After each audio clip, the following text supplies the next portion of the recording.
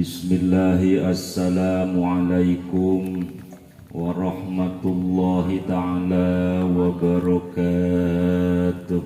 Waalaikumsalam warahmatullahi wabarakatuh. Alhamdulillahil fattahil jawad al-mu'ini ala tafakuhi fid dini man ikhtarahu minal ibad. Ashhadu an la ilaha illallah wa ashhadu anna Muhammadan abduhu wa rasuluh. Allahumma fasholli wa sallim wa barik ala sayyidina Muhammad sallallahu alaihi wasallam wa ala alihi wa sahbihi wa tabi'ina wa atba'at tabi'ina lahum bi ihsanin ila yaumiddin. Amma ba'du, faqad qala Allah ta'ala fil Qur'anil Karim wa huwa asdaqul qailin. A'udzu billahi minasy syaithanir rajim. Bismillahirrahmanirrahim. Wa ma umiru illa liya'budullaha mukhlisin. Al-ayah al-ma'na Allahu wa rasuluhu a'lamu bimuradih. Walidzalika qala nabiyyuna Muhammad sallallahu alaihi wasallam man intaqalla liyata'allamal ilma ghufira lahu ma taqaddama min dambihi. Al-hadis. Shadaqallahul azim wa shadaqa rasuluhu habibul karim wa nahnu ala dzalika minasyahidina wasyakirina walhamdulillahi rabbil alamin. Bismillahirrahmanirrahim. Qala al-muallifu rahimahullahu ta'ala nafa'anallahu bihi wa bi'ulumihi wa amadana bi asrarihi fid darain. Qala rabbi israh li sadri wa yassir li amri wahlul 'uqdatam min lisani yafqahu qawli waj'al li waziran min ahli. Bismillahirrahmanirrahim. Paslun fi sifati sholati.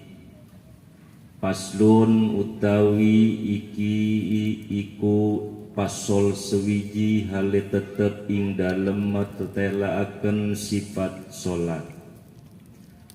Arkanus sholati utawi pirang-pirang rukun sholat ay furudiha tegese pirang-pirang fardune sholat. Arba'ata asyara iku 14. Bija'li tumaninati kalawan anda diaken tumakninah timahaliha ing dalem panggonane. Tumakninah ing dalem panggonane salat ruknan wahidan ing rukun kang suwiji. Ahaduha utawi salah sawijine arba'ata asyara niyatun iku niat wahiyalan utawi niat al-qasdu iku neja bil qalbi kalawan ati.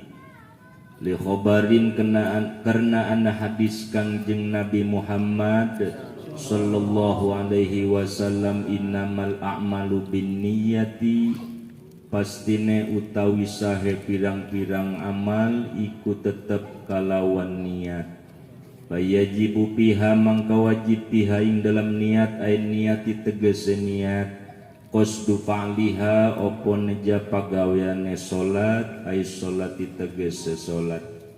Ojo dibaca kabeh ya Pak ya. Aduh, enggak selesai kan. Ini tabarukan di Syekhina Imamuna Syekh Nawawi At-Tanara Al-Bantani. Jadi kenapa baca kitab kuning mesti di bahasa Jawa kan? Jawa ningkene Jawa apa iki? Jawa keronjok serang. Ini tabaruk tapaulan. Mudah-mudahan kita semuanya diakui santrinya oleh Im Syekh Nawawi. Amin. Ya Rabbal Alamin. Ketika sudah diakui jadi santrinya, mudah-mudahan kita dijamin ada jaminan, sebab seorang ahli-ahli Allah itu bisa menjamin santrinya, muridnya. Amin. Sedikit meneh ya Pak. Sedikit-sedikit saya juga bisa. Pak Budi nih gara-garanya suka ngomong Jawa. Litatamayyaza an baqiyatil apali dropentah narima beda ya salat an baqiyatil apali saking pirang-pirang saking sakarine pirang-pirang pagawean wa ta'yinuha lan tuakene salat min duhrin suwiji saking salat dhuhur au ghairiha tawalian salat dhuhur litatamayyaza an ghairiha dropentah narima beda ya salat an ghairiha saking saliyane salat fala yakfi niatu fardil waqti mangka ora nana cukup apa niat fardu waktu walau kanatis sholatul maqulatu naflan lan sanajan ana apa salat kang den pigawe naflan iku salat sunnah. Alhamdulillah wa syukru ala ni'matillah wa bihidayatillah wa bi mu'jizatillah wa bi ma'unatillah. Semua puja dan puji hanya milik Allah Zat yang maha suci, di mana Allah Subhanahu wa ta'ala yang selalu memberikan kepada makhluknya berbagai macam ragam kenikmatan kepada kita semuanya.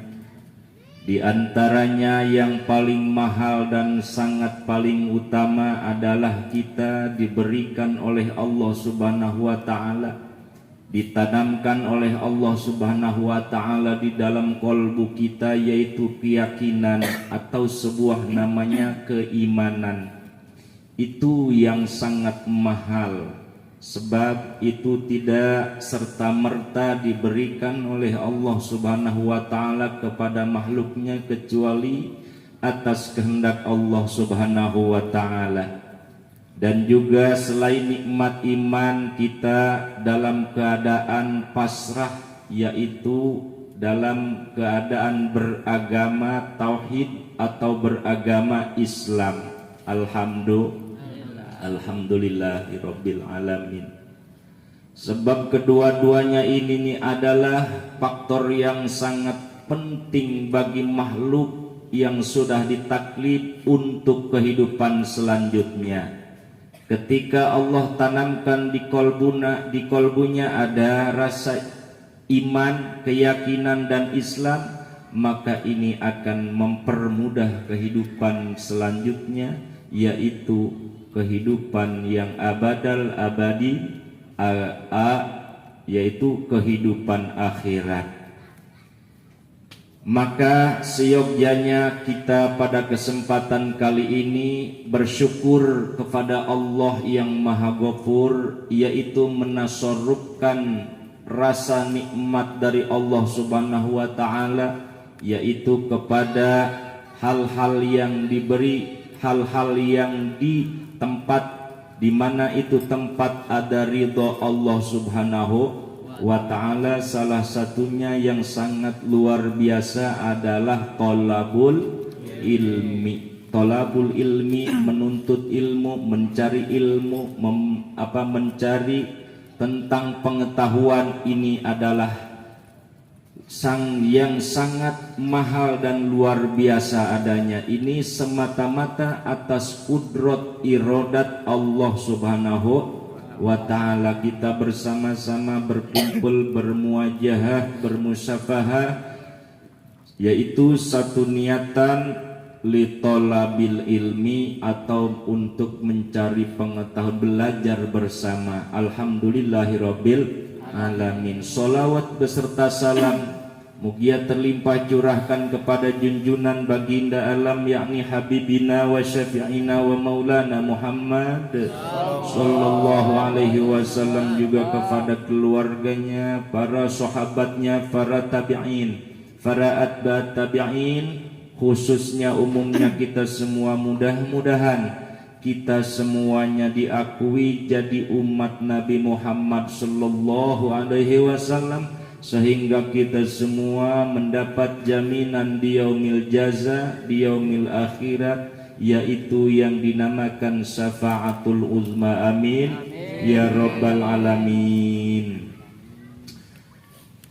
Pertama-tama yang saya hormati Bapak RT, alhamdulillahirabbil alamin, beliau antusias di depan kita bersama-sama mengajak warganya yaitu berkumpul bermuajahah untuk belajar bersama. Yang saya hormati Ketua DKM Mushola Al Barokah Pak ya, Mushola Al Barokah, alhamdulillah beliau selalu semangat eksis menjalankan aktivitas di dalam lingkungan warga majelis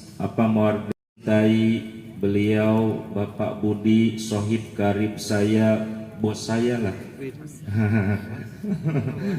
Jadi teman saya curhat, kalau curhat ke dia. Alhamdulillah beliau selalu istiqomah menjalankan aturan-aturan dari Allah Subhanahu wa taala, sehingga saya bisa membuktikan beliau itu adalah salah satu uswatun hasanah untuk kita semua. Kita doakan bersama-sama, mudah-mudahan beliau disehatkan jasmani dan ruhaninya, keluarganya juga mudah-mudahan oleh Allah Subhanahu wa taala diberkahkan dalam kehidupannya. Putra putrinya yang lagi tolab ilmu mudah-mudahan dihasilkan maksudnya oleh Allah Subhanahu wa taala, sehingga beliau anak putra putrinya ini menjadi kebanggaan kedua orang tuanya. Amin ya rabbal alamin. Juga para jamaah hadirin wal hadirat, para asatidil kiram, para bapak-bapak semuanya, para adik-adik yang saya tidak sebutkan satu persatunya, yang saya hormati dan yang saya muliakan, mudah-mudahan Allah Subhanahu wa taala selalu memberikan keistiqomahan kepada kita semua, sehingga kita semuanya selalu di dalam hidayah, inayah, taufik Allah Subhanahu wa taala. Amin ya rabbal alamin. Para jamaah rahimakumullah, sebenarnya saya bukan ustadz, bukan guru, bukan kiai, manusia seperti bapak-bapak semuanya. Tapi saya juga dipesan oleh Pak Budi, Mas mohon, katanya bisa nggak ngisi waktu. Ngisi apaan? Saya emang nggak bisa apa-apa.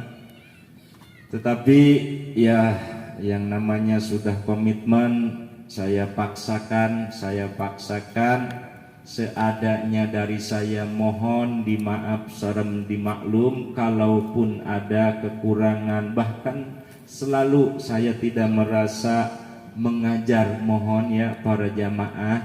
Jadi kalaupun ada yang keliru, yang salah, saya mohon dibetulkan ya. Jadi Bapak semuanya, alhamdulillah pada kesempatan malam ini Allah Subhanahu wa taala telah menggerakkan kepada kita, yaitu melangkahkan kedua kaki kita menuju tempat majelis ilmu. Ini walaupun gang jalan ya menuju perumahan, tetapi memang ini dijadikan majelis taklim luar biasa. Indonesia gitu loh ya.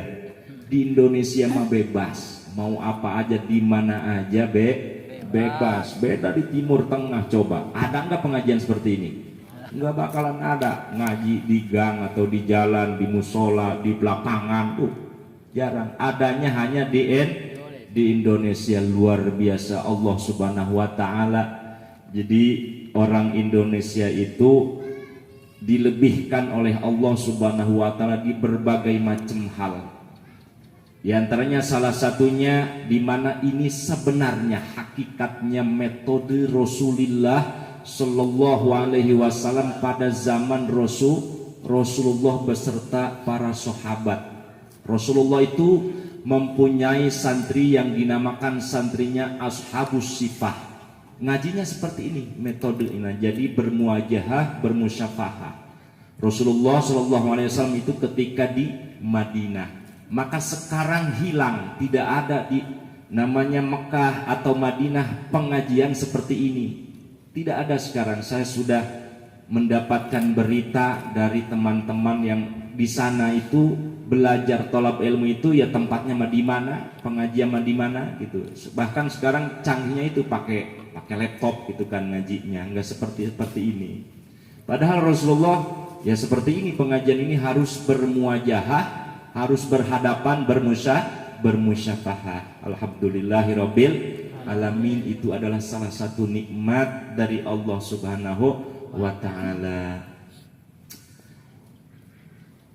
Ngaji apa ini? Saya juga bingung ini. Seperti biasa, apa ngaji fikih, tauhid atau apa aja lah gitu. Tapi insya Allah doanya ya kepada para jamaah saya akan ala kadar menyampaikan yaitu masalah fikih. Fikih itu adalah yang berkaitan dengan ibadah kita.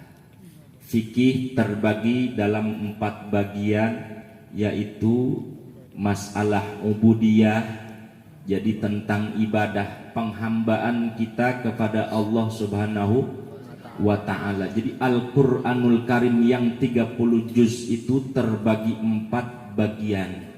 Yang pertama yaitu ubudiyah atau muabadah, ibadah tentang kita beribadah, tata cara ibadah kepada Allah Subhanahu wa ta'ala. Yang kedua muamalah, yaitu tentang muamalat, bersosialisasi atau pekerjaan kehidupan kita. Sebab tidak manusia ini butuh yang namanya makan dan minum, dan itu makan dan minum kebutuhannya untuk organ tubuh kita. Maka dengan menghasilkan dari makanan atau minuman butuh yang namanya bekerja untuk menghasilkan kedua kebutuhan itu. Maka yang dinamakannya muamalah, ada interaksi kita antara makhluk beserta makhluk, bersama makhluk, muamalah namanya. Terus lagi ketika sudah kita mengkonsumsi makanan dan minuman dicerna, ada yang kotor, ada yang kasar, ada yang kasar yang namanya yaitu bagian yang kotor dibuang ke bagian belakang, dan ada yang dinamakan dari cernaan makanan minuman itu saripati, dijadikan darah, air mani dan lain-lainnya. Itu juga membutuhkan nanti pembuangan kotoran pasti ke bagian dubur, nanti ke bagian depan juga ada pembuangan. Setelah itu ada yang namanya biologis, maka diaturlah di dalam hukum munakahat diatur oleh Allah Subhanahu wa ta'ala melalui Al-Quranul Karim, yaitu di dalam munakahat tentang pernikahan. Tidak serta-merta ketika kita untuk menyalurkan biologis kita halnya seperti orang luar negeri sana, liberalisasi. Jadi kalau ingin sesuatu pas lawan jenisnya ya tinggal pilih, tinggal ngomong, suka pada suka. Tetapi di dalam Islam itu diatur dan harus tunduk terhadap aturan Allah Subhanahu wa ta'ala. Maka namanya ada pernikahan yang dicontohkan oleh Rasulullah Shallallahu alaihi wasallam. Terakhir yaitu adalah jinayat. Hukum jinayat yaitu adalah hukum di mana manusia terjerumus di dalam satu amalan-amalan yang akan merugikan yang lainnya, maka diadakanlah oleh Allah Subhanahu wa ta'ala yaitu hukum jinayat. Hukum jinayat perzinahan termasuk kisos dan lain-lainnya. Itulah Al-Quranul Karim secara global. Maka kita semuanya diharuskan, dianjurkan oleh Allah Subhanahu wa ta'ala dan Rasulnya untuk menuntut ilmu tentang 4 rubu itu, yaitu diantaranya ubudiyah, ibadah. Ibadah itu awalnya kita yang pertama harus ditanamkan yang namanya tauhid, yaitu tentang mengenal Allah, zat Allah Subhanahu wa ta'ala. Keimanan di mana akan ditanamkan, sebab tauhid itu, sifat-sifat Allah itu dibentukkan sebagai bibit, yang dimana bibit akan ditanamkan kepada satu tempat yang paling dalam supaya muncul sebuah, yaitu hasil daripada tanaman itu sendiri. Maka tauhid ditancapkannya atau ditanamkannya di dalam kolbu atau hati. Itulah tauhid, keyakinan yang tidak terlihat tapi nampak dalam pengamalan. Tauhid namanya. Sudah ngaji tauhid semuanya? Alhamdulillah, orang ini sudah pintar semua, nggak perlu dibahas kali ya tentang ubudiyah tauhid. Jadi sifat yang wajib di Allah berapa? Ada sifat nafsiyah, ada sifat salbiyah, ada sifat ma'ani, ada sifat ma'nawiyah, yang jumlahnya 41, yang wajib di Allah, yang mustahil di Allah, yang jaiz di Allah, yang wajib di Rasul, yang mustahil di Rasul, yang jaiz di Rasul. Jumlah aqaidul iman, yaitu jumlahnya 50 akidah. Itulah keyakinan kita mengenal diri kita kepada Allah Subhanahu wa taala. Juga Allah ingin dikenal supaya kita mengenal. Sebab kata Imam Ghazali, la yasihul ibadatu illa bima'rifatil ma'bud. Tidak sah ibadahnya, tidak akan diterima bahkan ibadahnya, kata Ibnu Ruslan, kecuali bima'rifatil ma'bud, harus mengetahui, harus makrifat siapa yang diibadahinya. Kita ibadah kepada siapa? Allah Subhanahu wa ta'ala. Maka mudah-mudahan, saya yakin bapak-bapak semua di sini sudah mengenal tentang tauhid, minimal yaitu tentang keseluruhan, ijmal, secara ijmal. Lalu kemudian sudah ada keyakinan di dalam hati kita bahwa kita beragama Islam, maka kita harus tunduk terhadap aturan-aturan Islam. Di antaranya di Islam yaitu diwajibkan 1 kali 24 jam itu adalah melaksanakan sholat fardu yang jumlahnya 50 waktu. Dulunya Rasulullah Shallallahu Alaihi Wasallam ketika Isra Mi'raj bertemu dengan zat Allah Subhanahu wa taala dengan mata kepala sendiri. Rasulullah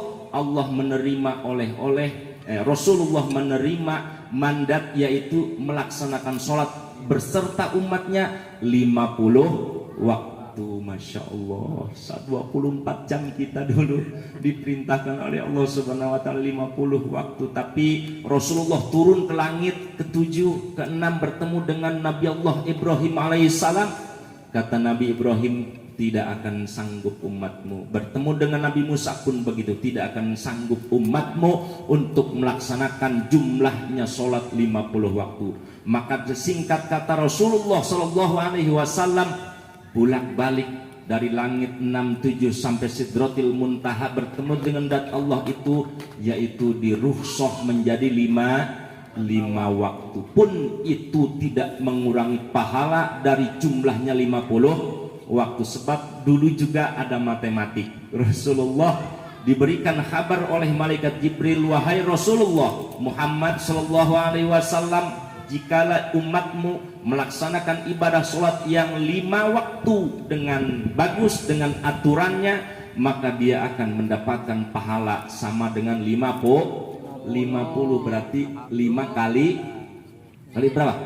Kali 10, 5 kali 10. 1 kali waktu kita akan diberikan 10 poin oleh Allah Subhanahu wa taala, dikalikan 5 menjadi 50 waktu. Maka kita semuanya diatur di dalam fikih untuk mengetahui wajib, untuk mengetahui tata cara aturan-aturan kita ibadah sholat kepada Allah Subhanahu wa ta'ala. Sebab ini ada kaidah yang rentan ibadah kita ini diterima atau tidak. Kata Syekh Ibnu Ruslan di dalam kitab Matan Zubat, fakullu man bi ghairi ilmin ya'malu a'maluhu mardudatun la tuqbalu. Fakullu man, bukan sedikit, banyak manusia, yaitu man itu manusia, orang mana saja sifatnya umum. Ibadah tanpa ilmu, sholat tanpa ilmunya, tanpa kaifiat tata cara tentang sholat, puasa, zakat, sodakoh dan lain sebagainya, tanpa mengetahui, tanpa paham tentang ilmunya, maka mardudatun latuk balu, itu sudah otomatis tidak akan ditolak amalannya, latuk balu tidak diterima. Kita ngajukan proposal saja ya, misalnya contoh ngajukan proposal ke Pak Lurah. Pak Lurah di sini tertera misalnya kami mengajukan kepada Pak Lurah untuk melihat jalan di kampung kami, sebab kampung kami jalannya rusak, mohon bisa dibetulkan, misalnya bagus, direnovasi. Kalau kurang saja dari proposalnya, persyaratannya, dari tanda tangan Pak RT, Pak RW, terus warga dan lain sebagainya, kan dicek, di cross check oleh Pak Lurah, terus tembusannya dari siapa-siapa. Jadi datang kita bikin surat aja misalnya seperti biasa, maka ini dibaca tapi tidak diterima. Itu seperti itu ibadah itu. Maka kita masuk kepada yaitu inti daripada sholat. Kemarin-kemarin mudah-mudahan para jamaah sudah tahu semua, sebelum melaksanakan sholat ada syarat-syaratnya. Asyartu ma yutawaqqafu alaihi sihatus sholat. Syarat itu adalah satu pekerjaan yang menunggu kepada sahnya perkara selanjutnya, yaitu kalau misalnya sholat, ia menunggu sahnya sholat, sholat menunggu sahnya syarat. Dimana izin tapa syartu intapal masyrut, ketika syaratnya sudah bagus, insya Allah yang disyaratkannya juga akan bagus. Tetapi kalau syaratnya tidak memenuhi kriteria, maka yang disyaratkannya seperti sholat halnya itu juga sama, akan satu bagian tidak akan menjadi sah pelaksanaannya. Syarat sudah semua menjelaskan syarat sah sholat. Seperti sebelum sholat apa? Bersuci. Harus kita bersuci melalui dua metode itu, yang seperti kita biasa kita lakukan adalah berwudu. Wudu itu mensucikan kita untuk mengerjakan hal ibadah, diantaranya sholat, baca Quran, tawaf dan lain-lainnya. Nah, kemudian banyak persyaratan-persyaratannya. Saya akan masuk kepada ranah masalah praktek tata cara kita sholat. Di sini saya akan dibacakan kitabnya, yaitu kitab Fathul Mu'in. Pak Budi pesan bacanya Fathul Qorib katanya. Bawa Fathul Qorib juga tuh, tapi nanti Pak Budi yang baca. Ya, gak apa-apa. Fathul Qorib bawa, Fathul Mu'in dan Riyadul Badi'ah. Kalau Fathul Mu'in yang mu'alifnya ini, penulisnya adalah Syekh Zainuddin Al-Malibari, murid daripada Syekh Ibnu Hajar Al-Haytami, juga beliau murid daripada Syekh Zakaria Al-Ansor. Syekh Zakaria Al-Ansor yaitu muridnya Syekh Habuddin dari Imam Munasyafi'i radhiyallahu anhu. Mudah-mudahan saya juga mendapatkan kitab ini. Dulu saya berguru kepada Kiai Haji Tohiri bin Haji Abdul Bara. Beliau berguru kepada Mama Syuhemi Padarincang. Mama Syuhemi Padarincang berguru kepada Mama Bakri Sempur Peleret ya. Dan beliau berguru, Mama Bakri berguru kepada yaitu Syekh Khalil Bankalan Madura, berguru kepada Syekh Nawawi Al-Mandaya At-Tanara Al-Bantani. Selanjutnya sampai kepada At-Batapidiin, sampai kepada para sahabat. Jadi alhamdulillah saya bersanad untuk baca kitab ini. Mohon doanya, mudah-mudahan kita diberkahkan oleh Allah Subhanahu wa taala. Paslun bi sifati salat. Fokus mulai. Siap nggak? Siap diajak ngaji? Sambil santai ngaji itu santai, tidak seperti sholat. Sholat mah nggak boleh makan, nggak boleh minum, nggak boleh ngerokok. Kalau ngaji itu pahalanya luar biasa, tapi bisa ngerokok, bisa ngopi, bisa berbagai macam, bisa senderan kalau pegel kan. Itu ngaji, aneh ngaji mah. Tapi ini luar biasa pahalanya. Tapi yang penting fokus artinya ada sarapan lah. Walaupun tidak semua, mudah-mudahan Allah pada malam hari ini memberikan hidayah, taufik, pertolongan kepada kita sehingga kita ketika mendapatkan ilmu bisa mengamalkannya. Amin. Ya Rabbal Alamin. Sebab ilmu tanpa amal atau buat apa gitu ngaji kalau tidak diamalkan. Yang maksud ngaji itu ketika kita sudah paham lalu diamalkan sekemampuan kita ala kadar. Iza amartukum bisyai'in fa'tu bisuratin minha, kata Rasulullah, ketika aku memerintahkan kepada kalian salah satu bagian daripada perintah Allah atau larangan Allah, fa'tu, maka coba kamu kerjakan sesuai kadar kemampuan kalian. Mudah-mudahan kita mampu. Amin. Paslun fi sifatis sholat, ini pasol yaitu akan menjelaskan sifat-sifat sholat. Apa yang dinamakan sifat? Sholat ternyata ada yang dinamakan sifat, ada yang dinamakan zat, ada juga yang dinamakan hakikat. Udah tahu kali ya? Saya ngomong apa ini?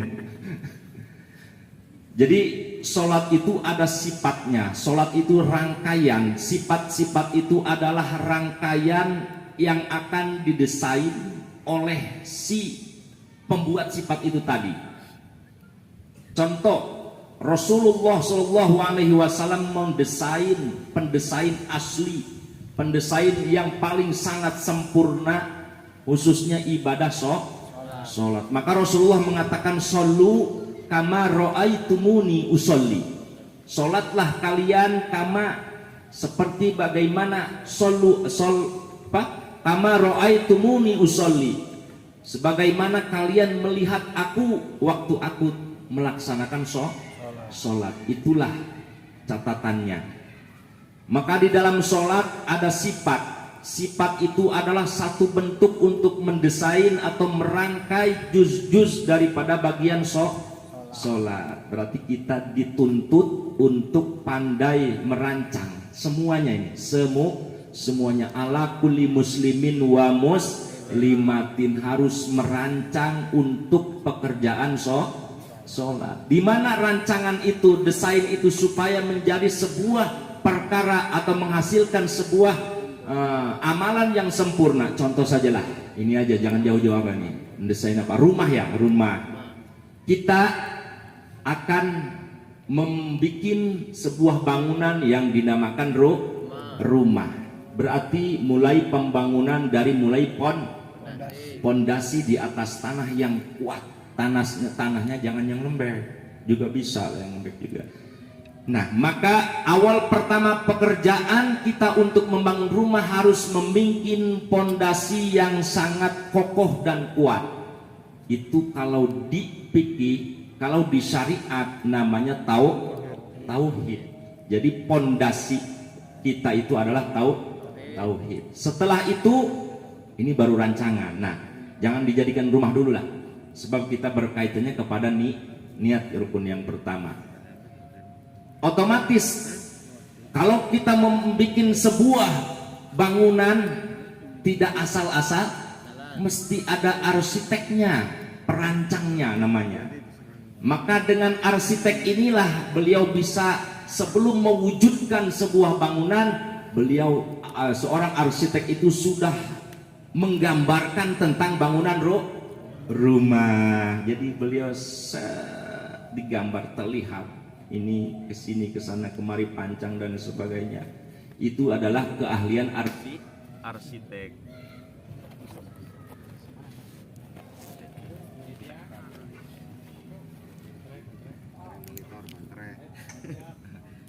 Jadi supaya paham dulu ya, kita masuk kepada hukum yang duduk hukumnya. Nah, maka kita dituntut untuk menjadi arsitek, perancang untuk menjadi sebuah bangunan yang sempurna. Kita dituntut mana? Yaitu al-hasilatul sholat, yang menghasilkan kepada perkara sholat. Dah ya, sifat itu namanya sifat sholat. Jadi sifat sholat itu kesimpulannya adalah satu perkara merangkai, desain atau mendesain atau menjadikan arsitektur kudu menjadi sebuah bangunan. Itu ahlinya arsitek. Kita semua harus ahli. Arkanus sholati ay furudhiha arba'ata asyara bi ja'lit tumaninati bi mahalliha ruknan wahidan. Maka kita diwajibkan ala kulli muslimin wa muslimatin untuk melaksanakan sholat.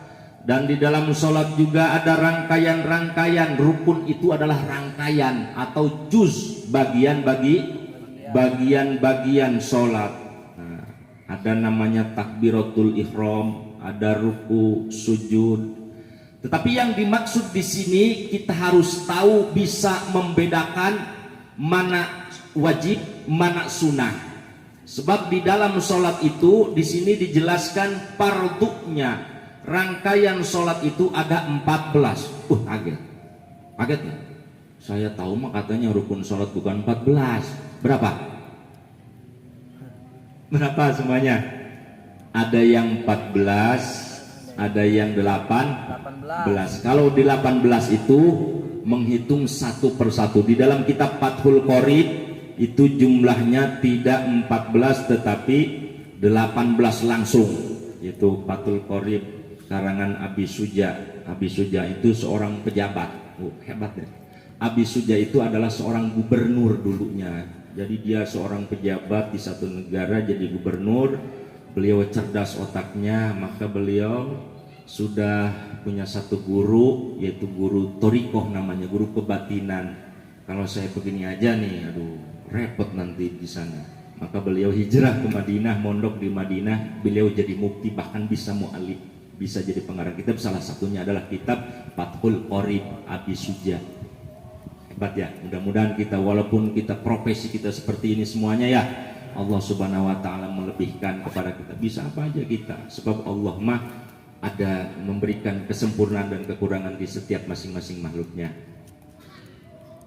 Ada 14. Cuman bija'lit tumakninati bi mahaliha. Rukun sholat jumlahnya 14. Bija'lit tumaninati, menjadikan tumanina bi mahaliha, yaitu di dalam satu bagian atau satu rukun menjadi satu rukun. Di dalam satu rukun, di dalam dua rukun menjadi satu rukun. Contoh, nggak paham, aduh ngomong kayak gitu mah, puyeng gitu ya. Awas.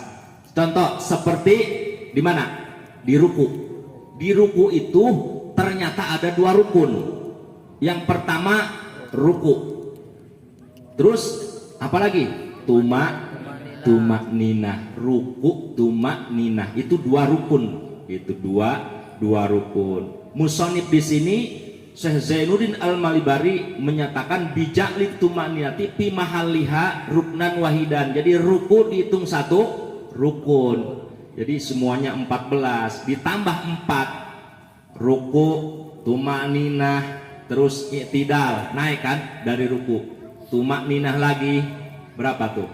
Ada tumaninah sudah dua. Sujud tumaninah, sujud tumaninah 2 kali. Tasyahud awal tumaninah, ada tumaninah, jadi 4 ditambah 14 sama dengan 18. sama aja gitu, 18 juga. Ahaduha niyatun, kembali kepada bagian yang pertama. Rukun sholat jumlahnya ada 14 atau 18 saja lah, 18 semuanya. Yang pertama nih niat. Kalau dulu zaman Wali Songo, di sini zamannya Maulana Hasanuddin Banten, zamannya para kiai sepuh. Kalau sebelum maghrib tuh para santrinya suka baca sholawatan, apa namanya, niat takbir ngadeg maca Fatihah ruku tumaninah i'tidal tumaninah ari sujud tumanina. Tuh saya waktu kecil apanya, waktu kecil, sekarang nggak apa lagi ya. Itu jadi dipelajari secara apa ya, secara biar kebiasaan, menjadikan kebiasaan. Niat yang pertama mulai. Nah, kalau sholat itu kan kita berdiri, kok niat dulu Allahu Akbar. Yang pertama niat. Apa itu niat? Wahya al-qasdu bil qalbi. Niat itu adalah al-qasdu bil qalbi. Contoh, usolli fardod duhri arba'a rakaatin, itu mah usolli sunnah maksudnya ya. Sunnah apa? Iya, sunnah itu terbagi dua, ada sunnah hayat, ada sunnah abad. Awas nih, ngaji fikih mah kemana-mana, jadi berkaitan. Di dalam sholat yang rukun 18 ini dibagi menjadi 3 bagian, rukun kolbi, rukun qauli, dan rukun fi'li. Rukun kolbi adanya di dalam hati, dinamakan niat, maksud, persediaan. Rukun qauli adalah ucapan yang wajib harus diucapkan oleh lisan. Rukun fi'li yang bentuknya dikerjakan, seperti apa? Ruku, sujud, itu termasuk rukun fi'li. Sunnah ada juga sunnah hayat, sunnah abad. Termasuk sunnah hayat disunahkan membaca wa sunnanutku usolli fardhu duhri arba'a rakaatin mustaqbil kiblati ada alillahi ta'ala. Misalnya sholat sendiri berjamaah, adaan jadi makmum, adaan makmum lillahi ta'ala, adaan imam lillahi ta'ala jadi imam. Itu apa maksudnya? Tujuannya liyusa'idal lisanu al-qalba, supaya kalimat usolli fardhu duhri arba'a rakaatin mustaqbil kiblati ada alillahi ta'ala itu supaya nanti ada kaitan kontak kepada hati untuk niat. Nah, untuk niat. Yang pertama, niat itu adalah harus al-qasdu bil qalbi. Hati itu ada maksud untuk mengerjakan sesuatu. Apa itu? Fayajibu piha qasdu pa'liha. Di mana niat diterapkannya? Di dalam hati. Makrunatan bi fi'lihi, niat itu dibarengkan dengan pekerjaan sholat. Boleh saya berdiri? Mohon maaf ya, mohon maaf, saya emang kalau ngaji tuh diperagakan nggak? Mohon maaf. Nah kita jadi sholat lah, contoh lah, sholat-shosolatan. Usolli fardhu duhri arba'a rakaatin. Nah itu mah awas, iktikadkan di dalam hati kita bahwa kalimat usolli fardhu duhri itu mah sunnah hayat, dibaca mendapat pahala, tidak dibaca pun nggak apa-apa. Yang wajibnya lafaz Allahu Akbar, yaitu takbiratul ihram. Nah, Allah dipapai baik orang Sunda mah, dipapai itu ditelusuri aja, ngaji seperti bapak ini mah ya. Kalau kita ngaji kayak ceramah-ceramah mah, model ada acara ceramah itu mah kan ngajinya seperti ini, seketemunya gitu.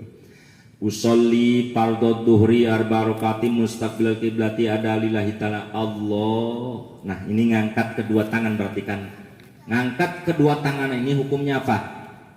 Hukumnya sunnah. Sunnah apa lagi? Sunnah hayat. Apa itu sunnah hayat? Sunnah ada kelakuan, gerakan, namanya hayat itu ada gerakan. Jadi ngangkat kedua tangan ini hukumnya Allahu Akbar.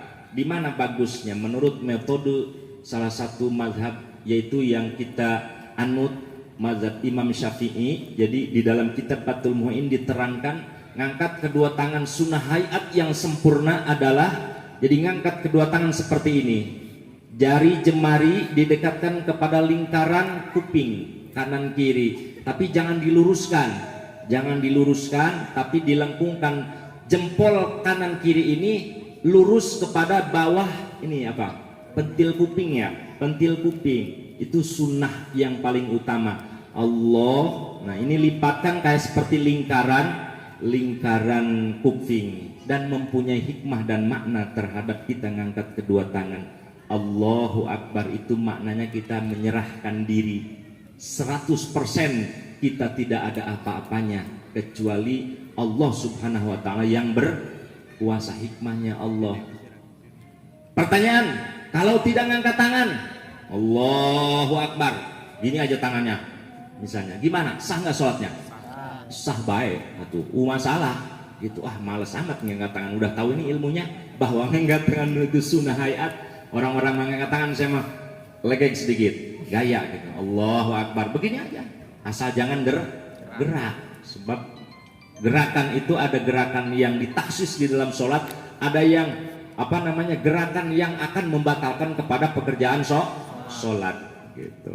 Allahu Akbar. Nah, ketika kita mengucapkan kalimat takbiratul ihram, kalimat hamzah lafaz Allah, nah di situ qasdu liha, hati kita ngomong.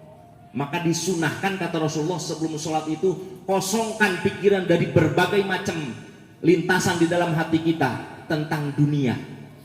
Nah, makanya kalau sholat itu jangan langsung Allahu Akbar, jangan.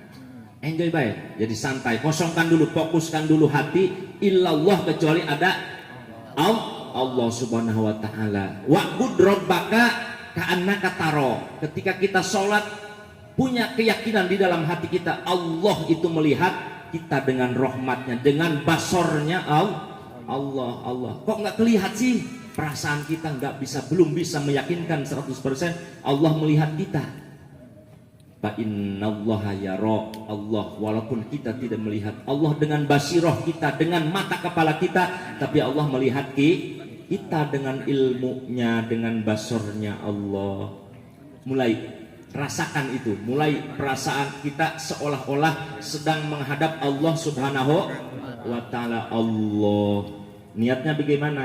Seperti itu. Niat itu metodenya ada dua, ada istihdorul urbi, ada muqaranatul urfiyah. Tulis mau pulpen mau masalah itu. Jadi ilmu itu wahsyud, seperti gesit, seperti satu hewan, seperti kelinci, seperti kancil. Kalau terlintas di sini kita ingat ya, pas ngelangkah 2 langkah tadi apa yang ngaji ya? Niat. Aduh, lupa lagi apa niat itu. Praktik. Makanya kalau itu bawa pulpen, buku, buat catatan supaya ketika kita lupa, oh ini begini gitu.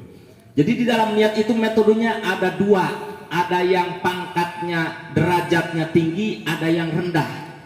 Jadi ini ulama ini tidak mesti mengatakan oh niat ini harus begini, muqaranatul urfiyah. Sebab muqaranatul urfiyah definisinya begini. Ketika kita sudah mengucapkan Allahu Akbar, Allah, di dalam hati ini bercahaya, terlintas gambaran tentang pekerjaan sholat, dari mulai ruku, sujud, terus apalagi tahiyat dan lain-lainnya. Pekerjaan sholat baik yang wajib maupun yang sunnah itu sudah kontak di sini semua, ada terlihat oleh basornya hati. Di mana ada hatinya?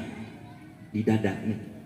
Hati itu adanya di bawah pentil susu, 2 jari di bawah pentil susu. Coba ukur. Nah, ini pentil. Bukan pentilan.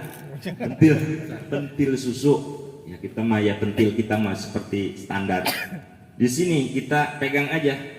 Kolbu itu adanya di sini di bawah pentil dengan ukuran 2 jari. 2 jari rendengkan begini. Nah, di sinilah letaknya kolbu. Di dalam kolbu ada namanya sirul korbi, rahasia hati. Nah, disitulah nanti kalau hijab terbuka. Emang bisa terbuka? Bisa. Kolbu itu ada mata, kepala, ada berbagai macam di dalam hati. Sebab ini kita wajib kolbu kita dibersihkan dari berbagai macam penyakit. Sebab di kolbu ini banyak macam penyakitnya. Ada penyakit riya, ujub, takabur, hasud, dan berbagai macam. Caranya bagaimana? Nanti di episode yang lain. Sebab itu mah tauhid ranahnya nanti. Nah, istidharul urfi yang pertama yaitu pangkatnya istidharul ilmi. Kama qala Imamuna An-Nawawi radhiyallahu an. Talar itu ya. Jadi Imam Nawawi adalah penasihat para ulama, yaitu yang mengijmakan hadis dan Al-Quran adanya di 2 imam, yaitu Imam Rafi'i dan Imam Nawawi. Tergantung 2 imam. Jadi madhab yang 4 ini nanti direndahkan oleh 2 imam, ditarjih lagi, ditasih lagi. Ini dhaif, ini sahih, ini macam adanya di 2 imam ini, Imam Rafi'i dan Imam Nawawi. Menurut Imam Nawawi, bukan Imam Nawawi Tanara, bukan Imam Nawawi. Jadi Imam Nawawi Al-Iraq di sana, Al-Baghdadiyah. Cara seperti kita, manusia awam yang banyak dosa, hijab banyak di dalam hati kita. Kalau misalnya muqaranatul urfiyah mah ya Allah belum sanggup, belum bisa, belum bercahaya hati ini, belum dizikirin hati ini, belum bisa mengucapkan Allah Allah setiap detik. Banyaknya mikirin yang lain, dunia, jahe kadang-kadang terlintas, ya, gitu macam-macam lah pokoknya pikiran di sini. Apalagi kalau sedang sendirian menghayal, macam-macam, terlintas. Bagaimana Imam? Nah, maka ada yang standar adalah istidharul urfi. Istidharul urfi itu menghadirkan pekerjaan sholat secara urfiah adat. Bahasa tadi yang dibahasakan oleh para wali songo. Usolli fardhu, sejak saya sholat fardu dohor 4 rakaat menghadap kiblat jadi makmum ada karena Allah Ta'ala. Hafal eta, hafal meureun biasa temannya, sudah biasa. Atau yang paling sedikit saja, banyak kebanyakan. Sejak saya sholat fardu dohor 4 rakaat fardu atau menjadi makmum fardu karena Allah Ta'ala. Atau yang lain seperti belum bisa saja. Kita ada yang Imam Syafi'i mesti harus muqaranah dibarengkan waktu takbiratul ihram. Ada Imam Abu Hanifah. Kalau manusia sholat nggak bisa menghadirkan hatinya ketika melaksanakan sholat, sebelum sholat ngomong di hatinya sebelum takbir, itu sah kata Imam Abu Hanifah, Imam Hanafi. Tapi tetap kaul sahih yang muktamad yaitu madhab Syafi'iyah bahwa sholat harus muqaranatun bifa'li, harus dengan niat dibarengkan dengan pekerjaan sholat. Allahu Akbar standar baik. Ada yang begini, takbir saya sering jadi menganalisis masing-masing takbir. Ada yang standar Allah, ternyata hatinya sedang ngomong, oh sedang ngomong niat sejak saya sholat fardu maghrib jadi makmum karena Allah Ta'ala, cukup segitu Allah. Ada yang Allahu Akbar, ada yang begitu niat nggak ya gitu. Ada yang nggak ngomong juga, sebab takbiratul ihram itu termasuk rukun qauli yang wajib harus diucapkan dan minimal terdengar oleh kuping kita kalau kita sholat sendiri. Sunnah terdengar ketika jadi imam maca takbiratul ihram itu supaya terdengar oleh makmum. Allahu Akbar rasanya. Nah itu makmum dengar, oh imam sudah takbir. Pertanyaannya, bagaimana rukun qauli tidak diucapkan dengan baik, minimal terdengar oleh kuping kita sendiri? Ngangkat tangan aja, gerakan doang, sah nggak sholatnya? Ayo puyang lah ini. Nah jadi begini, rukun itu ketika tidak dikerjakan dengan syarat yang sempurna maka akan menjadikan ketidakjadian sholat atau yang dinamakan batolat sholat, batal sholatnya, tidak sah sholatnya. Sebab yang namanya rukun kudu ditambal dengan rukun. Kalau sunnah mah mending sunnah mah tuh. Kalau sunnah abad ditambal dengan sujud sahwi. Sudah tahu sunnah abad? Sudah kali ya, sunnah abad. Nanti panjang lah ceritanya sunnah abad mah. Balik lagi, simpulkan satu tapi kita oke, mantap gitu. Mulai dari sekarang qasdu tadi Mas, istidharul urfi yang biasa aja. Allah ngomong BHT tahadusil qalbi. Jadi ngomong hati saya, maksud saya sejak saya sholat fardu maghrib 3 rakaat menghadap kiblat ada atau jadi makmum. Itu kan lambat ya bahasa gitu mah. Tahadus cacahan berbicara. Tapi kalau yang bagus sejak sholat makmum Allah. Nah bagaimana bisanya masing-masing ya? Apa perlu dites satu-satu? Saya mah bisanya begini misalnya. Sah enggak? Gitu ya. Jadi begini kesimpulannya, istidharul urfi itu menurut Imam Nawawi yang kaulnya kaul muhtar, artinya kaul muhtar ini banyak dipakai oleh kalangan mazhab Syafi'i, seperti itu pun sah sholatnya. Tapi kalau yang khawas, orang-orang sudah ahli-ahli Allah, Allahu Akbar. Ini kayak baterai nyala, kayak lampu nyala dipencet tok kontaknya, tom kotaknya itu Allahu Akbar, Allah. Ketika ngomong Allah, hatena langsung terlintas secara keseluruhan pekerjaan sholat, dari mulai takbiratul ihram sampai salam itu ada semua di sini. Jadi tidak sejak saya sholat lagi, tidak. Itu namanya muqoronatul urfiyah, berbarengan dengan hati yang caang, hati yang bercahaya. Pekerjaan sholat seperti arsitektur tadi, seperti pedesain tadi. Jadi yang dimaksud sifat sholat atau zat sholat itu seperti itu. Sudah semua kali kayak gitu ya, terlintas takbir terlihat, rukun ini, sunnah ini terlihat. Bisa nggak seperti itu? Pasti harus merawut ya, mana tak, mana sunnah, mana wajib nggak kelihatan pokoknya. Makanya mudah-mudahan seperti ini adanya pengajian. Alhamdulillah saya sangat bersyukur di perumahan seperti Bukit Gading ini. Umumnya lingkungannya semua mengadakan pengajian seperti metode ini paling sangat luar biasa. Sebab di kampung Kubang, di Kubang kampung saya itu Kubang Asem ini arahnya Kosentul, lewat rumah RSUD Balaraja, lewat Cariu. Nah di situ nanti ada namanya kampung Kubang Asem. Pengajian itu seperti ini, tapi cuman jamaahnya satu udah mulai ini loyo nyender aja sambil batuk. Dan gua paling ada 5 sampai 10 lah gitu. Yang mudah yang nggak ada. Ini mah masya Allah eksis semua para ahli-ahli Allah. Inilah pilihan Allah Subhanahu wa Ta'ala. Bersyukur kita dipilih oleh Allah Subhanahu wa Ta'ala. Sabtu malam minggu ini, kalau kita tidak tunduk terhadap agama, tunduk tidak terhadap Allah Subhanahu wa Ta'ala, bukan di sini tempatnya. Bebas seperti orang-orang non muslim, orang-orang kafir, bebas tidak ikut aturan Allah. Malam minggu harusnya di mana? Di mall ya. Terus di mana lagi? Puncak. Indah kan dunia kalau kita. Tapi inilah orang pilihan Allah. Mudah-mudahan kita dijadikan ahli sorga Allah Subhanahu wa Ta'ala. Sebab ya para hadirin jamaah rahimakumullah, kesimpulannya niat itu metodenya ada 2. Yang satu istidharul urfi, yang kedua muqoronatul urfiyah. Istidharul urfi itu cukup kita seperti kita aja metodenya. Sejak saya sholat fardu maghrib 3 rakaat menghadap kiblat, jadi makmum karena Allah Ta'ala, sudah beres. Makanya nggak apa-apa, Allah agak panjang sedikit nggak apa-apa, tapi coba usahakan gambarkan pekerjaan yang wajib dan sunnah dari mulai takbiratul ihram sampai salam. Allah, kita sedang mengerjakan sholat apa ini? Kayaknya nanti di depan dijelaskan. Itu yang pertama, persyaratan niat. Kalau tidak seperti itu, tidak berbarengan, tidak terdengar oleh kuping kita sendiri, tidak niat di dalam hati, ngomong mah Allahu Akbar, tapi hati kemana-mana, tidak niat sholat. Tadi kunci saya di mana ya?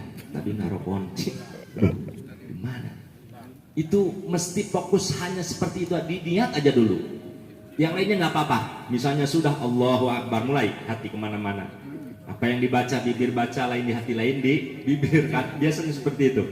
Tapi mudah-mudahan, babnya mudah-mudahan sholat kita diterima. Tetapi menurut ilmu tasawuf, sholat seperti itu jauh masih tanah ke langit. Jauh di apa? Diterima oleh Allah Subhanahu. Tetapi itu terus kita kerjakan, terus kita desain. Seperti hanya kita merajut, menjahit satu pakaian, kita bikin pola, terus dijadikan satu pakaian, diserahkan kepada bos kita. Bos nih, yang saya jahit ini pakaian seperti ini, diterima nggak? Dilihat, oh bagus ini, sini saya hargain berapa, misalnya 200.000, lumayan kan ya. Kalau misalnya kurang bagus, bikin lagi yang lain, saya bikin polanya begini, gambarnya begini, terus kita sholat.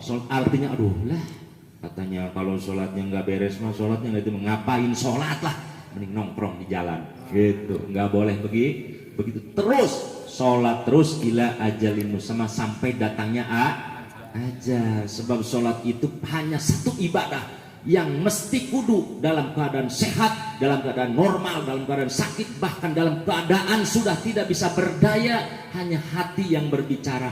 Itu sholat mesti dilakukan. Ajaros sholat fi qalbihi, berjalankan sholat melalui isyarat hati. Itu saking wajibnya sholat, saking mahalnya istimewanya sholat itu dilakukan sampai yaitu di dalam hati.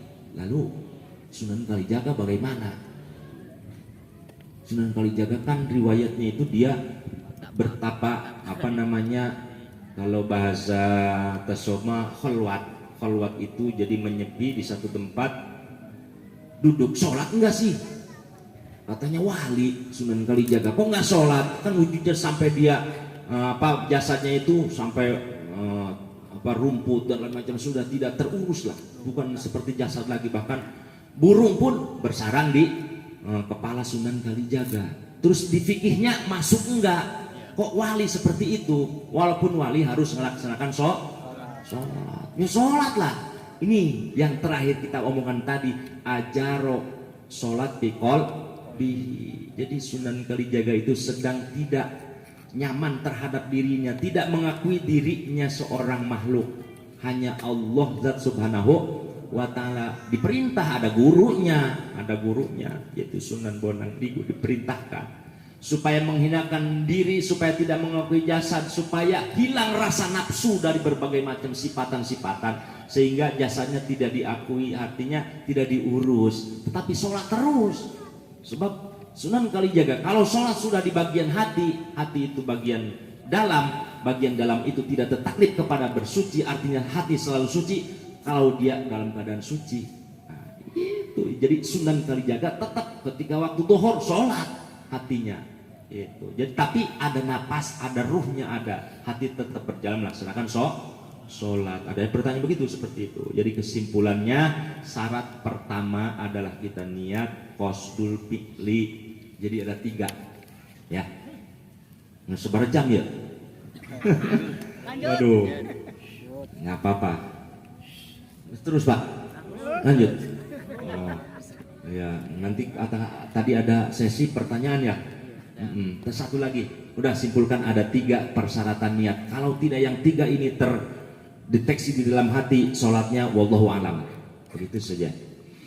Wa ta'yinuha, yang nomor kedua ta'yin. Ta'yin itu menentukan sholat kita apa yang kita sholat kerjakan. Contoh, minas subhi min duhrin, sholat dohor usoli fardu sejak saya sholat dohor, itu ta'yin namanya. Kalau seperti ini, seperti contohnya, sejak saya sholat lah, pakai niat mau sholat saya, Allah, sejak saya sholat jadi makmum, wah itu sholatnya tidak sah, sebab niatnya kurang persyaratan, sebab harus ditakyin imam makmum, terus sholat sendiri harus ada qasdul fi'li takyin. Takyin itu menentukan pekerjaan yang dikerjakan, sholatnya sholat dohor, sholat asar, sholat maghrib, sholat subuh, sholat isya, itu namanya takyin. Itu yang wajib. Yang sunahnya bagaimana? Sama, baik sholat yang wajib maupun yang sholat sunnah, maka hukumnya wajib, yaitu melaksanakan niat bareng takbiratul ihram harus ditakyin. Usoli sunata duha, usoli sunata fardu usoli rawatib, itu sunahnya. Sejak saya sholat sunnah qobliyah ba'diyah, rawatib namanya, ba'diyah qobliyah, tetap itu harus ditakyin. Kecuali ada 2 tidak boleh ditakyin. Qobliyah yaitu melaksanakan qobliyah asar. Qobliyah asar usoli rakaataini, usoli sunatal asri rakaataini lillahi ta'ala.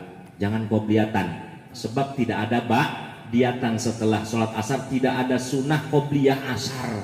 Itu dari dulunya. Kalau ingin ditanyakan kenapa, sebab itu ada riwayat di mana sejarahnya waktu asar itu berbarengan dengan ibadahnya orang Majusi yang menyembahnya matahari, di mana matahari mulai terbenam. Disitulah maka Rasulullah Shallallahu Alaihi Wasallam tidak ada sunnah qobliyah ba'diyah setelah sholat asar, adanya qobliyah dohor dan sholat sunnah ba'diyah subuh. Nah itu usoli sunata subhi rakaataini lillahi ta'ala, itu kaul sahihnya muktamadnya. Tetapi juga ada hukum ihtilafiyah, boleh nggak apa-apa di dalam sholat qobliyah asar dan qobliyah subuh, usoli sunata subhi qobliyata lillahi ta'ala, nggak apa-apa. Itu mau pakai mau enggak, sebab ada yang menanggung jawabnya.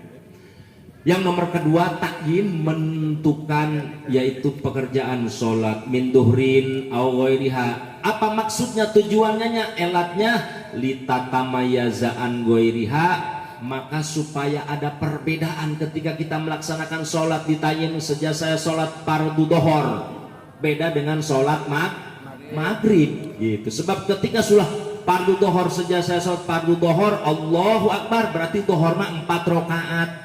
Terus apalagi di persyaratannya, ya itu salah satunya globalnya 4 rakaat, beda dengan sholat maghrib. Maghrib 3 rakaat, subuh 2 rakaatnya. Itu maksudnya supaya ditain, supaya ada perbedaan.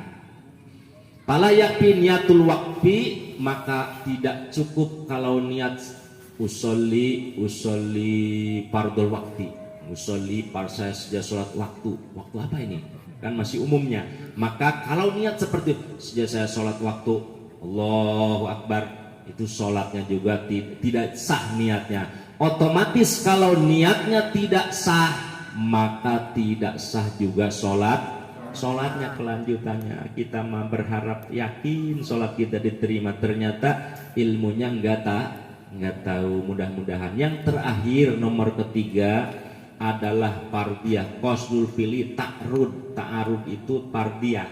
Fardiyah itu adalah menentukan menyatakan kepada fardu atau sunnah. Jadi usolli fardol maghribi. Nah, fardunya itu adalah yaitu wajib di dalam niatnya ngomong sejak saya sholat fardu, sejak saya sholat sunnah duha, sholat sunnah rawatib, sholat sunnah idul fitri, dan sholat sunnah istisqa, sholat sunnah gerhana. Udah tahu ya, paham itu sholat sunnah istisqa. Apa sholat sunnah istisqa?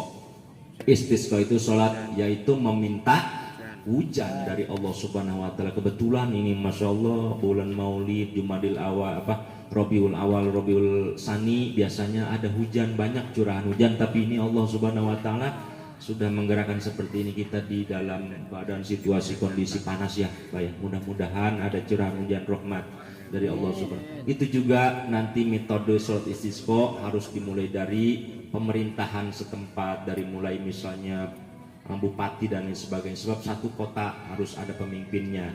Itu nanti ada prakteknya, prosesnya. Jadi sholat sunnah seperti juga harus pakai takyin, pardi atau ta'arud. Ta'arud itu adalah menentukan apa itu, menyatakan apa sunnah atau fardu. Itu usolli sunnata subhi, usolli sunnata idil fitri, usolli sunnata li'idil adha, seperti itu. Itu mata lafud yang diucapkan oleh bibir, tapi yang wajib awas mesti berbarengan hati dengan kalimat Allahu Akbar. Allahu Akbar, fokus kita ke dalam keadaan sholat bar. Jadi para jamaah rahimakumullah, saya mohon doanya. Jadi nanti ada sesi pertanyaan, jangan banyak-banyak ngaji. Jadi kesimpulannya malam ini kita adalah membahas niat. Niat itu persyaratannya ada 3. Yang pertama yaitu adalah qasdul fi'li atau qasdu sejak, nomor kedua takyin, nomor ketiga fardiyah atau ta'arud. Jadi 3 itu harus kita ucapkan di dalam hati bersamaan dengan takbiratul ihram. Qasdul fi'li itu bersejak niat, memaksud hati melaksanakan untuk mengerjakan pekerjaan sholat, ruku, sujud. Seperti kita mau ke belanja ke warung, maksud hati ingin membeli misalnya sabun ya, niat sudah saya ke warung nih akan beli sabun, nggak mesti di warung dibeli semua, niatnya beli sabun gitu, beli sabun, beli apalagi gitu, niatnya hanya beli sabun, Pepsodent nggak dibeli, sudah ada lainnya. Seperti itu. Jadi niat dibuktikan dengan pekerjaan. Kalau niat tidak dibuktikan dengan pekerjaan, itu bukan niat, nggak sah niatnya. Ada nih aliran sekarang banyak, bahkan dari dulu juga ada banyak. Pokoknya nggak usah sholat, penting cukup niat. Oh, enak banget itu orang. Di zaman Imam Syafi'i pun seperti itu. Ngomong apa kamu? Edan, kata Imam Syafi'i. Jadi niat itu harus makrunatan dipilih dong. Gitu. Harus ada pembuktian pekerjaannya. Setelah niat ada persejaan, harus ada pembuktian pekerjaan. Kalau tidak dibarengi dengan pekerjaannya, tidak ditentukan apa pekerjaannya, maka bukan niat, hanya ngayal doang. Jadi niat. Coba contoh logika aja. Pokoknya makan cukup niat. Mau makan kan kita niat. Saya niat nih mau makan, tujuannya supaya menguatkan badan untuk ibadah. Itu bagus kan ya. Jadi makan juga harus pakai niat. Sejak saya makan, niat mendapatkan kekuatan dari Allah, wasilahnya yaitu untuk ibadah. Itu mendapatkan pahala. Coba cukup niat doang, tidak ngambil nasi, lauk dan lain sebagainya, tidak dikunyah, itu makan bukan? Kenyang enggak? Enggak kan, kalau niat mah gitu, niat saya makan diem aja, itu enggak sah, bukan niat, namanya ngayal gitu. Jadi awas, kesimpulannya para jamaah rahimakumullah, marilah kita mulai sholat kita koreksi.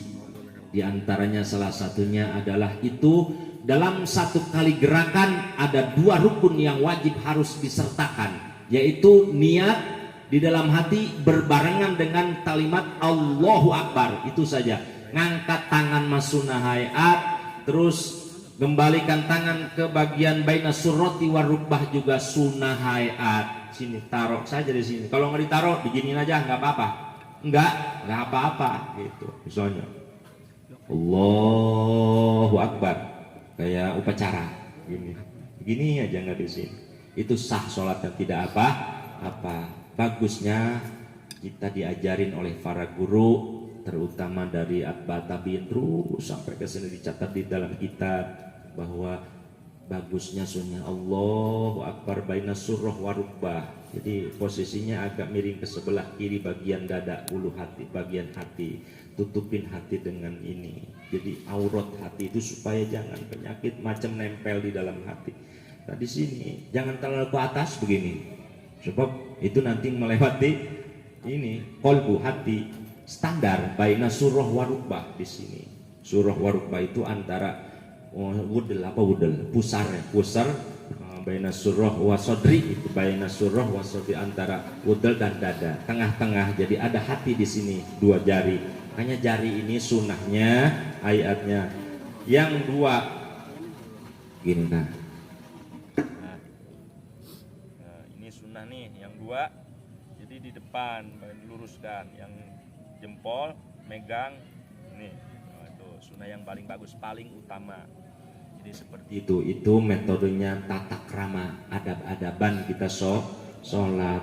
Kita melenceng mau begini aja, bismillahirrahmanirrahim. Sholat apa itu, aliran apa lagi, biarin, dia tahu sudah ilmunya berarti ya. Gitu. Takbir nggak ngangkat tangan, Allahu Akbar, langsung aja bismillahirrahmanirrahim, jangan diomong, biarin gitu. Berarti dia sudah tahu ya, tapi nggak layak, maksudnya waduh nggak sesuai, menyesuaikan dong. Kita harus menyesuaikan, walaupun tahu hanya sekedar kita untuk mengetahui, tapi harus kita menyesuaikan adab. Allahu Akbar seperti biasa aja gitu. Bahkan sempurna itu ibadahnya, akan mendapatkan pahala yang sempurna 27 darajat. Jadi para jamaah rahimakumullah, dicukupkan pembahasan niat, yaitu qasdul fi'li, ta'yin fardhiyah atau ta'arud, 3 persyaratan niat. Insyaallah nanti kalau ada yang kurang jelas kita sambil ngopi, ada kopinya, alhamdulillah, sambil ngopi. Kalau yang ngerokok-rokokan bayang iso ngobulak itu masalah iman di gang ya gitu. Jadi kita insyaallah bebarengan belajar bersama untuk meyakinkan sesuatu pemahaman tentang bagian fikih kita. Belum ditutup sama saya ya. Yuk silahkan sesi pertanyaan dikembalikan ke Pak. Terima kasih kepada Ustadz Boyadi. Mudah-mudahan apa yang tadi disampaikan kita bisa mengambil ilmunya, kita bisa melaksanakan dalam kegiatan sehari-hari. Untuk selanjutnya yaitu acara tanya jawab. Mungkin dari bapak-bapak sekalian jamaah pengajian rutin ada pertanyaan yang ingin disampaikan dalam sesi ini, monggo dipersilakan. Dan pada kesempatan pada acara ini juga sesi istirahat Jadi mungkin panitia kalau misalkan ada sesuatu yang bisa dikeluarkan, monggo silakan. Monggo, bapak-bapak yang ingin bertanya, kami persilakan.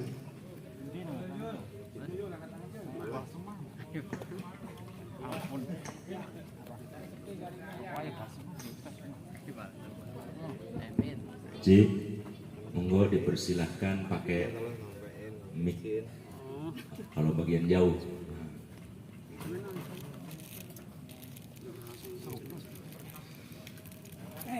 Oh, bapak-bapak izin dulu ya.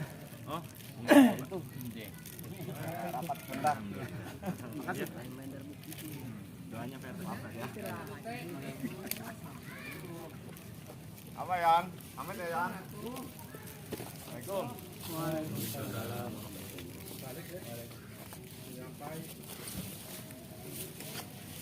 Pak RT tadi kasih dulu. RT. Bingkisan nih. Bawain tuh. Mundur dikit. Agak mulai.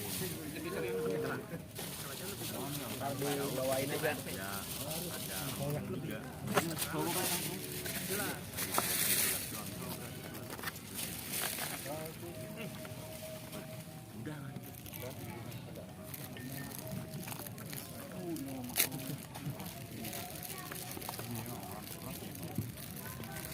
Yuk, bareng-bareng baik, orang bebarengan.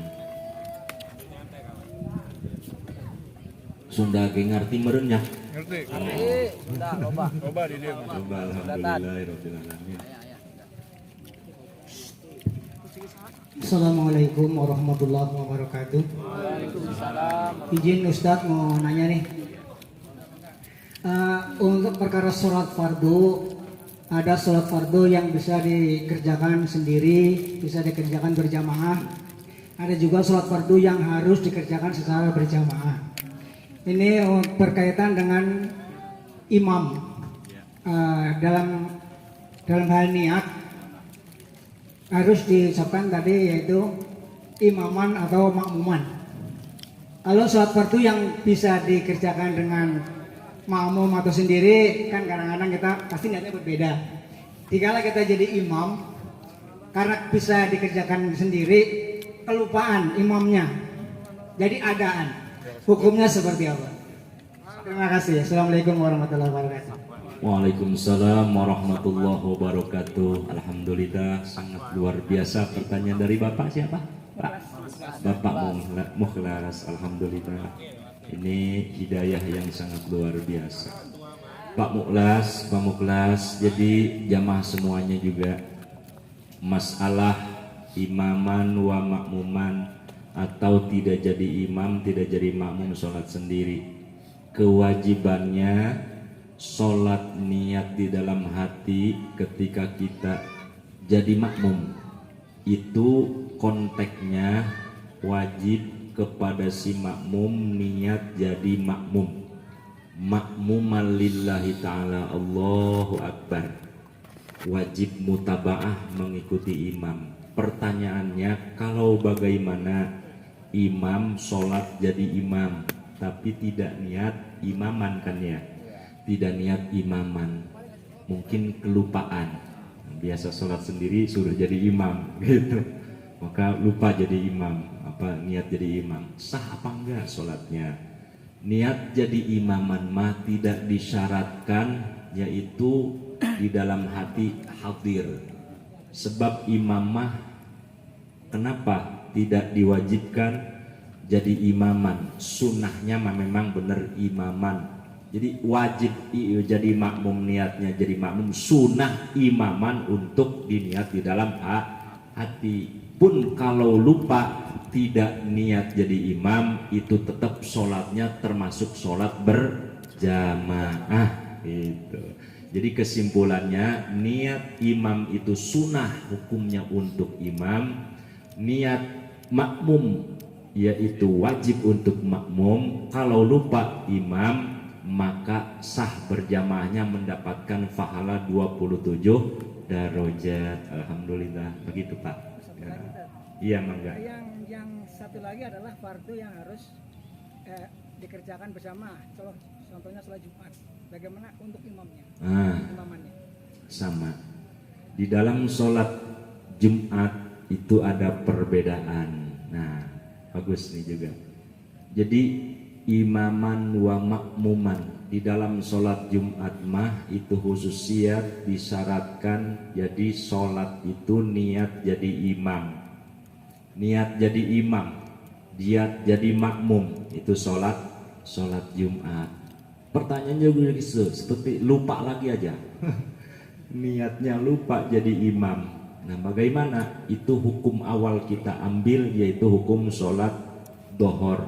Sholat dohor hakikatnya sholat Jumat 2 rakaat, khutbah 2 rakaat, itu hakikatnya sholat dohor. Cuman sholat dohor diganti dengan sholat Jumat, tetapi pelaksananya 2 rakaat. 2 rakaat sholat Jumat, khutbah yaitu 2 kali khutbah. Nah, itu 4 rakaat. Kalau misalnya pun imamnya juga lupa, maka hakikatnya sholat dohor sah berjamaahnya untuk melaksanakan sholat Jumat. Seperti itu. Kalau salah silahkan dikoreksi baik. Baik, terima kasih Ustadz atas penjelasannya. Assalamualaikum warahmatullahi wabarakatuh. Waalaikumsalam warahmatullahi wabarakatuh. Pak Soleh. Ya, dan tadi ingin nanya.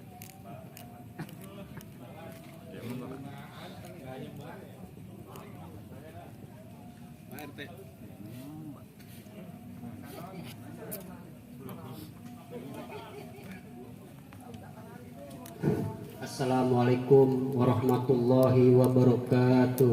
Waalaikumsalam warahmatullahi wabarakatuh. Pak Ustadz mau nanya, ini untuk masalah sholat Jumat, batasan kita sholat Jumat, kalau bagi karyawan kan kadang sholat Jumat itu kan kadang terlambat, misalkan nih, misalkan kita pas begitu ke masjid udah sholat nih, nah itu kita harus sholat duhur lagi apa enggak? Nah, batasan sampai mana? Apa khutbah kita nggak perlu sholat duhur lagi? Iya. Kadang kan saya lihat di sisi lain, apalagi duhurnya lebih cepat. Kadang Jumatan itu tuh ada yang ikut sholatnya doang karena di khutbah. Saya pertanyakan gimana kalau pas datang pas ikut sholat Jumat doang, terus di bareng sholat duhur nggak sudahnya gitu ya? Iya. Terima kasih. Assalamualaikum warahmatullahi wabarakatuh. Waalaikumsalam warahmatullahi wabarakatuh. Bapak Rahayu, alhamdulillah hebat ini Pak Rahayu. Jadi himahnya, cita-citanya walaupun di tempat perusahaan mesti kudu ngelakukan sholat Jumat, melaksanakan sholat Jumat, tapi tidak mendirikan melaksanakan mengikuti pelaksanaan sholat Jumat. Sholat Jumat itu Pak, jadi ada mutawatin, ghair mutawatin. Kewajiban mendirikan sholat Jumat adalah yang harus mutawatin, punya keluarga kampung sendiri, maka diwajibkan di kampung itu melaksanakan sholat Jumat. Bagaimana kita sebagai buruh atau karyawan yang sekali-kali kita ke tempat pekerjaan pun itu kita kembali seperti hari-hari biasa? Apakah sholat Jumatnya kita termasuk mutawatin atau goir mutawatin? Kita bukan orang mutawatin, berarti musafir. Sholat musafir itu yaitu dibolehkan, tidak melaksanakan sholat Jumat pun tidak apa-apa, tapi kita ingin kesempurnaan kepada hadis man taroka sholat al Jumat salasatin mutawaliyatin pakot kafarokan, begitu. Ketika kita meninggalkan sholat Jumat berturut-turut sampai 3 kali 3 minggu berarti ya, itu fakod kafaro, kita sudah menentang agama Allah, kufur namanya. Alhamdulillah kita kan ya ada rukhsah dari perusahaan keluar. Nah pertanyaannya, kalau kita dengan waktu kan harus teratur, harus kita mengikuti aturan di perusahaan. Ketika keluar kita sudah mepet waktu, bahkan sekarang waktu itu lebih awal pelaksanaan sholat Jumatnya. Maka ketika kita ketinggalan khutbah tidak mendengarkan, itu tidak apa-apa. Pun kita sholat Jumat juga sudah takbiratul ihram sudah tidak tahu, sudah baca Fatihah misalnya, bahkan sudah mendapatkan 1 rakaat ya. Bagaimana kita sholatnya, usolinya, niatnya Allahu Akbar sejasa sholat fardu Jumat, fardu Jumat jadi makmum, Allah Akbar, beres sah niatnya. Ketika kita ketinggalan 1 rakaat misalnya, maka ngikutin saja dulu, ngikutin imam terus sampai begitu imam salam kita naik lagi, berarti mendapatkan 1 rakaat misalnya. Nah, kita pelaksanaan walaupun niatnya sholat Jumat berjamaah, ketinggalan 1 rakaat, maka pelaksanaannya yaitu dilanjut kepada sholat dohor kita mah. Jadi nambah berapa? Sholat dohor 4 rakaat, nambah 3 rakaat. Kalau misalnya kita pas waktu datang imam Bismillahirrahmanirrahim, normal, berarti kan kita masih mendapatkan takbiratul ihram, cuman namanya masbok Fatihah, masbok Fatihah. Allahu Akbar, jadi makmum, bukan makmum muafek yang tidak mendengar takbiratul ihramnya imam, tapi hanya mendengar Fatihah, berarti masbok Fatihah. Itu mah masih sempurna. Allahu Akbar, tidak usah sholat dohor, kita mengikuti imam. Lalu apakah kita sholat dohor? Namanya i'adah. Ini ada 2 pendapat. Kalau seperti kita karyawan seperti biasa, hanya kewajibannya mengikuti pelaksanaan sholat Jumat. Adapun dohor i'adah pun tidak dilakukan, tidak apa-apa. Tetapi menurut pendapat Imam Rafi'i, di dalam kitabnya mengatakan bahwa ketika kita musafir atau ghair musafir pun sunnah i'adah sholat ngadohoran gitu. Begitu beres kita berdiri lagi ngadohoran. Jadi sholat dohor seperti biasa, usolli fardhu dhuhri arba'a rakaatin mustaqbil kiblati i'adatan lillahi ta'ala. Nah, ada bahasa i'adatan. Sejak saya sholat fardu dohor 4 rakaat i'adah karena Allah Ta'ala, baru kita biasa seperti sholat rakaat pertama sampai 4 rakaat salam. Itu namanya i'adah. Bagusnya seperti itu. Bagus apa juga tidak melaksanakan bagus, tapi lebih bagus i'adah. Tidak apa-apa, dua-duanya juga ditinggalkan tidak mendapatkan dosa, bahkan dilaksanakan, kalau dilaksanakan itu lebih sempurna. Itu yang diperhatikan oleh Syekh Asnawi Caringin Pandeglang. Jadi dulu ada riwayatnya, pokoknya kalau sudah ada 40 jamaah ahlul qaryah, ahlul balad, terus orangnya pintar semua tentang Jumat, tahu semua hukumnya, ilmu, kata Syekh Husain Carita, tidak usah i'adah dohor. Kata Syekh Nawawi, walaupun ada 40 ahli qaryat yang mendirikan sholat Jumat, orangnya pintar semua, dites bismillahnya bagus, terus apa itunya syarat rukunnya Jumat bagus, tetap kata Syekh Nawawi ikutin Imam Rafi'i, i'adah dohor lebih bagus. Dordar 2 kiai ini, 2 abuya, 2 wali ini, sehingga sampai ada bahasa begini, kalau pendapat saya benar, nanti kalau kita berdua sudah tiada, siapa yang paling banyak diziarahi, itu yang paling benar. Kalau yang tidak, kalau yang kurang bagus, yang ziarah sedikit. Ternyata sekarang pendapat Syekh Asnawi Caringin, yaitu i'adah dohor lebih bagus, walaupun apapun saatnya, waktu dimanapun kita melaksanakannya, bagusnya i'adah. Sekarang yang dijarahi yang paling banyak itu Syekh Asnawi Caringin, tahu nggak? Pinggir pantai di sana. Beliau adalah muridnya Syekh Nawawi, Syekh Abdul Karim, itu gurunya Syekh Abdul Karim, Syekh Nawawi, muridnya Syekh Asnawi Caringin. Itulah jadi kesimpulannya, kalaupun kita memang sudah waktunya tidak cukup untuk i'adah dohor, sudahlah kita setelah melaksanakan mengikuti pelaksanaan sholat Jumat, kembali ke tempat semula, yaitu kita pulang ke tempat perusahaan. Tapi kalau sudah tinggal 1 rakaat saja, atau tidak 1 rakaat, ruku, begitu kita nemu imam jamaah sudah ruku, apakah kita masih masuk rakaat itu? Allahu Akbar, tidak usah baca Fatihah, tidak usah baca lain, langsung ikut ruku. Ketika kita tumakninah bareng sama imam ruku di dalam rakaat itu, maka rakaat itu kita masuk kepada rakaat sholat Jumat. Kalau kita menemunya di sujud yang terakhir, Nah, sujud terakhir Allahu Akbar. Masih nemu enggak? Masih nemu, itu masih termasuk rakaat awal. Kalau sudah bangun saja dari sujud kedua, naik ke rakaat kedua, kita ngikutnya begitu mau ngikut, imam sudah naik ke rakaat kedua. Nah, rakaat itu tidak ikut rakaat. Jadi harusnya pelaksananya kepada sholat dohor. Kan niatnya sholat Jumat. Ada tuh Matan Ibnu Ruslan mengatakan nawa manawa, niat tapi tidak dikerjakan dengan niatnya, tetapi tidak niat dikerjakan di yang lain. Artinya niatnya mas sholat Jumat tapi pelaksanaan kepada sholat dohor gitu. Mudah-mudahan mudah hidayah dari Allah. Silahkan.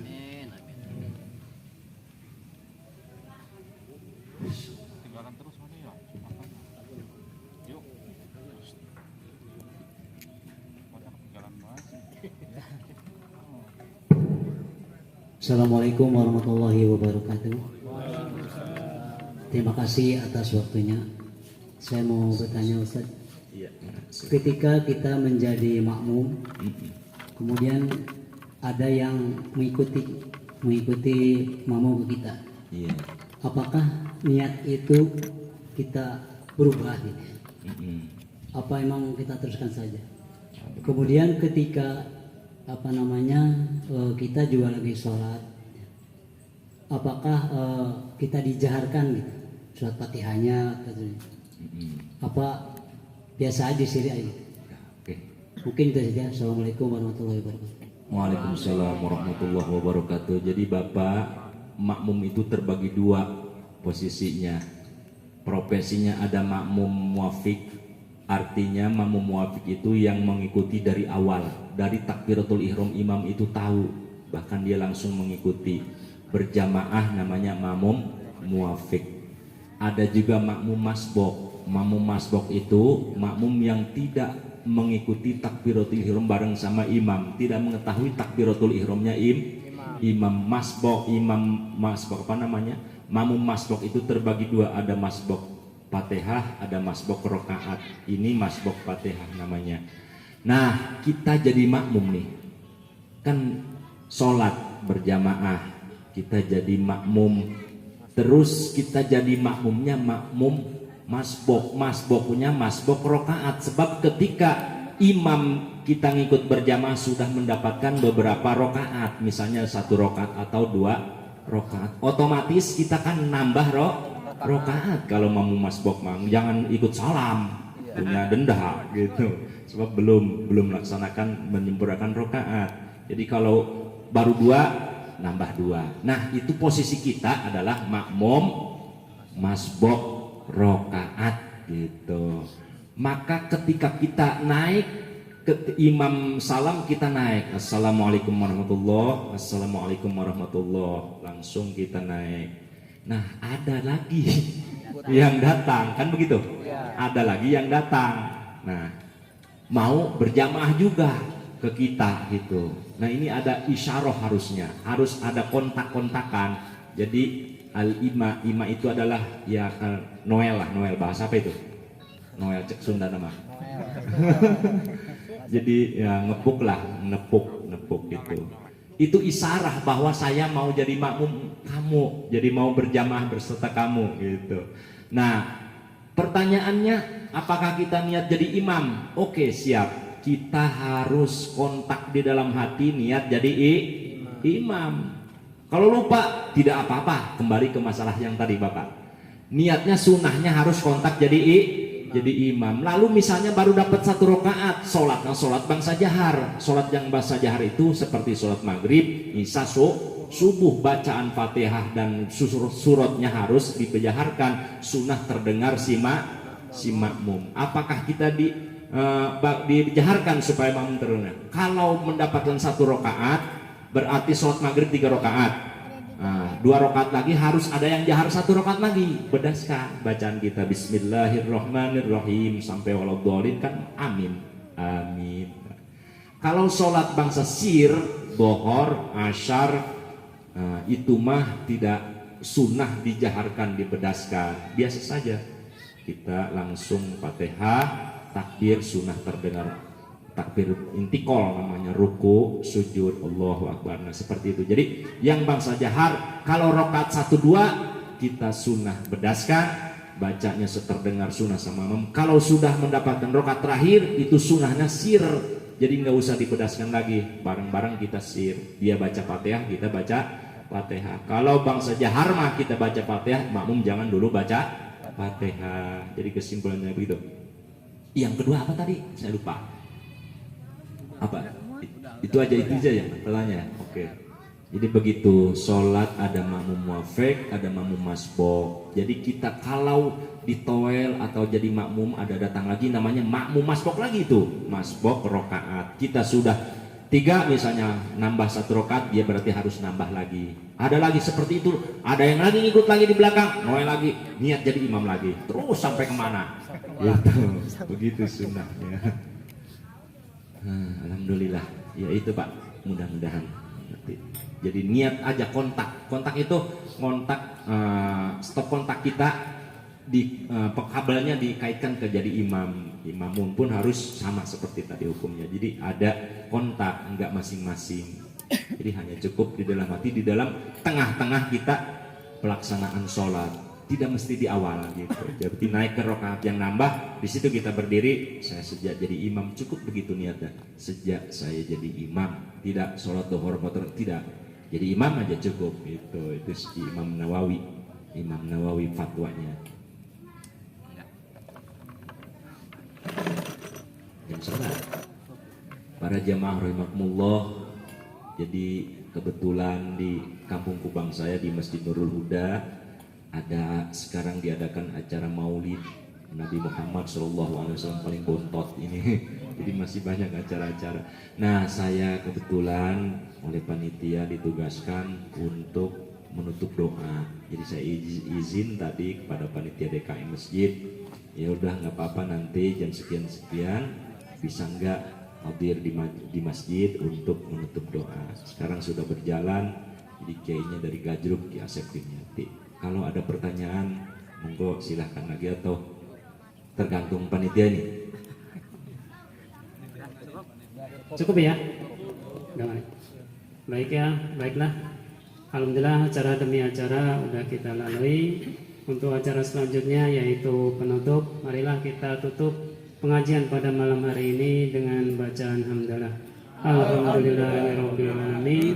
Saya selaku pembawa acara bila mana ada kesalahan dalam tutur kata, mohon maaf. Bila taufik wal hidayah. Assalamualaikum warahmatullahi wabarakatuh. Salim ala sayyidina Muhammadin fil awwalin wal akhirin wa barik wa sallim radhiyallahu ta'ala kulli sahabati Rasulillah ya jema'in. Amin. Alhamdulillah rabbil alamin. Allahumma ya mujibas sa'ilin, Allahumma faqihna fid din wa alimna al-hikmata wat ta'wil. Allahumma alimna minal kitabi ma jahilna wa dzakirna ma nasina. Allahumma ya hayyu ya qayyum ya fardu ya witru ya samadu ya sanadu ya man ilaihi asnadullah ya man lam yalid wa lam yulad wa lam yakul lahu kufuwan ahad. Nas'aluka ya Allah ilman nafi'an, ya Allah nas'aluka ilman nafi'an wa amalan mutaqabbala wa rizqan wasi'an midraran min ghairi dararin wa la masyaqqatin bi rahmatika ya arhamar rahimin. Wa nas'aluka ya Allah as-salamata wal afiyata wal barakata fi dinina wa dunyana wa ukhrana bi rahmatika ya arhamar rahimin. Rabbana ftah bainana wa baina qaumina bil haqqi wa anta khairul fatihin. Rabbana zalamna anfusana wa illam taghfir lana wa tarhamna lanakunanna minal khasirin. Rabbana taqabbal minna innaka antas samiul alim wa tub alaina innaka antat tawwabur rahim. Rabbana atina fid dunya hasanatan wa fil akhirati hasanatan wa qina adzabannar. Shalli wa sallim ala jamil anbiyal mursalin walhamdulillahi rabbil alamin. Assalamualaikum warahmatullahi wabarakatuh.